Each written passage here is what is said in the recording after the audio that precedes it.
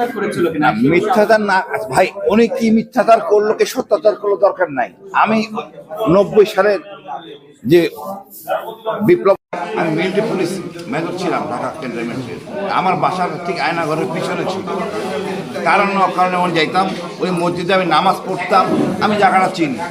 আমি আপনার 5 সাল ছিলাম চট্টগ্রাম র্যাবের, কারণে অকারণে ঢাকায় আসতাম। ওটা ছিল জয়েন্ট ইন্টারভেনশন সেল, অনেক জঙ্গি টঙ্গি নিয়ে ওখানে ইন্টারভেনশন করা হতো। ওই জায়গাটা একটা দৃশ্যমান ছিল, কিন্তু পরবর্তী থেকে ডেভেলপ করে এটাকে বন্দিশালা করা হয়েছে। আর আমি অল্প যখন আমি বুঝতে পারছি যে 2 দিন পার হয়ে গেছে, 3 দিন পার হয়ে গেছে, আমার মারা হয় নাই, যে প্রশ্ন করছে উত্তর মিলতেছে না, তখন না মারার সম্ভাবনা আপাতত নাই। আমি কৌশলে এলাকাটা চিনে ফেলছি, জায়গাটা আমার পরিচিত ছিল। বলছি আমি বাথরুমের কমোডের উপরে দাঁড়ালে দেখা যায়। আর ওইখানকার একটা ছেলেকে আমি ব্ল্যাকমেল করে ফেলেছি, না এটা আয়নাগর, এটা কচু খেতে না, এটা হলো গুলশান 2 সেফ হাউস। ও বলে না, বার্গেনিং করতে গিয়ে 1 লাখ পর্যন্ত যায়, 10,000 20,000। 1 লাখ হওয়ার পর সে বলে চ্যালেঞ্জ, এটা কচু খেত। আমি এবার ঠিক আছে, ওইখানকার দায়িত্বে থাকে একটা ওয়ারেন্ট অফিসার, সুপারিনটেন্ডেন্ট বলে, সুপারিনটেন্ডেন্টকে ডেকে আনো। তারপরে সুপারিনটেন্ডেন্ট ডেকে আনবো, হ্যাঁ তুমি যে বললে সত্য কথা বলে দিলা, আমি বলে দিব। এখন সে ভয় পেয়ে গেছে। ওখানে যারা ডিউটি করে সবাই সিভিলিয়ান এবং নট মোটিভেটেড। আমি তুমি চাকরির কোনো নথিপত্র আছে কার নাই, মানে এইভাবে তাদেরকে রাখা হয়তো বেশি বেতন দিয়ে সিভিলিয়ান ডিউটি করে। 4 জন করে একসাথে ডিউটি করে, দেখার 2টা ফ্লোর দেখার জন্য 2 জন ক্যামেরা ওই মনিটর দেখে, 1 জন রান্নার জন্য দেখে, 1 জন কমান্ডার থাকে।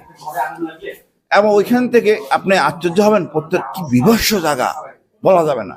ওই ছেলে তখন বলে ফেলছে। তারপর ব্রিগেডিয়ার আদমির সাথে আমার যোগাযোগ ছিল, উনি প্রশ্ন করতেন, লেখা দিতেন, আমি উত্তর দিতাম। আমি যত করতাম, ও আমাদের মেসেঞ্জার হিসেবে কাজ করতো। এভরিথিং ওয়াজ ক্লিয়ার, কোন দিকে কি না কি। এরপরও আমি বের হয়ে আসার পরে ওই এলাকায় গেছি, এই জায়গাটা যদি চিনা ছিল কোনো সমস্যা আছে কিনা, অ্যাবসলিউটলি ক্লিয়ার, কোনো মিথ্যা বলার অবকাশ নাই।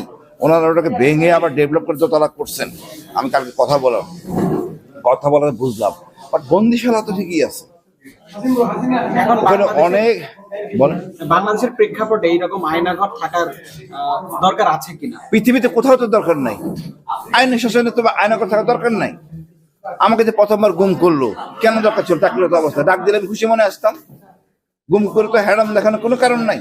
আপনি আইন মানেন না, আপনি নিজে জঙ্গি, আমি অন্যদের বলতেছেন জঙ্গি। আমি সারা জীবন জেএমবি দমন করলাম, জঙ্গি দমন করলাম, আমার বলেছে জঙ্গি, যেহেতু আমি ওনার সাথে কাজ করি নাই। এটা তো হতে পারে না। আমাদের দেশের বড় জঙ্গল শেখ হাসিনা নিজে, খুনি হাসিনা নিজে জঙ্গি।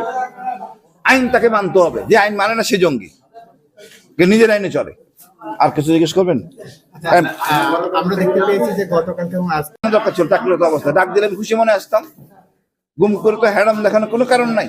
আপনি আইন মানেন না, আপনি নিজে জঙ্গি, আমি অন্যদের বলতেছেন জঙ্গি। আমি সারা জীবন জেএমবি দমন করলাম, জঙ্গি দমন করলাম, আমার বলেছে জঙ্গি, যেহেতু আমি ওনার সাথে কাজ করি নাই। এটা তো হতে পারে না। আমাদের দেশের বড় জঙ্গল শেখ হাসিনা নিজে, খুনি হাসিনা নিজে জঙ্গি। আইন তাকে মানতে হবে, যে আইন মানে না সে জঙ্গি, নিজের আইনে চলে। আর কিছু জিজ্ঞেস করবেন? আমরা দেখতে পেয়েছি যে গতকালকে এবং আজকে 2 জন আয়নাঘর থেকে মুক্তি পেয়েছে। 2 জন না, আরো অনেক পাইছে হয়তো, বা আমরা জানি না। আরেকটু কথা আমি অ্যাড করতে চাই।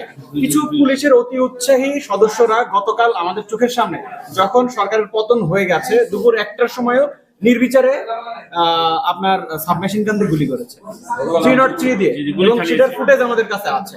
মানে এই ধরনের অতি উৎসাহী পুলিশ সদস্যের বিষয়ে আপনারা কথা বলেছেন কিনা? আমরা বলতেছি প্রতিটা বিচার, প্রতিটা হত্যাকাণ্ডের কমিশন করে বিচার করতে হবে। আমরা পরিষ্কার বলতে পারবো যে কোন এলাকায় কোন ডিউটি করছে। র্যাব করুক বা 10 বছর আগে করুক, তার ড্রাইভার আছে, পুলিশের সিসি আছে, অটোমেটিক বের হয়ে যাবে। না বলা কিছু কারণ নেই। পুলিশের গুলি খরচ করলে হিসাব দিতে কি কয়টা খরচ করছে। পুলিশ যদি এই সময় গুলি করে থাকে, অত ভুয়া গুলি করে ভয় আতঙ্কে বাঁচার জন্য, এই জিনিসটা আবার যদি এইম করে থাকে, আমাদের পুলিশের মধ্যে অনেক শত হাজার ভুয়া পুলিশ আছে বাইরের, এরা তো এক জায়গায় আছে, টিম হিসাবে আছে, এদেরকে ব্যবহার করছে সরকার। যার জন্য ঘটনাটি করছে। আপনারা বলতেছিলেন যে আমি তো মানে আমাদের হিন্দু সমাজ বা অন্য সংখ্যালঘু আমাদের গর্ব, আমরা এদের গুছিয়ে রাখবো, কিন্তু ওদের ওই যে ধর্মের সুবিধা নিয়ে এই অসৎ লোকগুলি, পুলিশগুলি কাজগুলি করে সবারই বিতর্কে ফেলে দিয়েছে।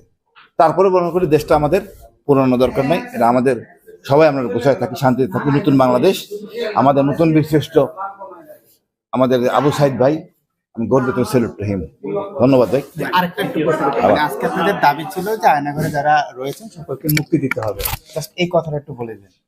আয়নাঘর না শুধু ভাই, আয়নাঘরের একটা সিম্বলিক, ডিবির কাছে, এনএস এর কাছে, বিভিন্ন জায়গায় লোক গুম আছে, এমনকি ভারতেও আছে, থাকতে পারে।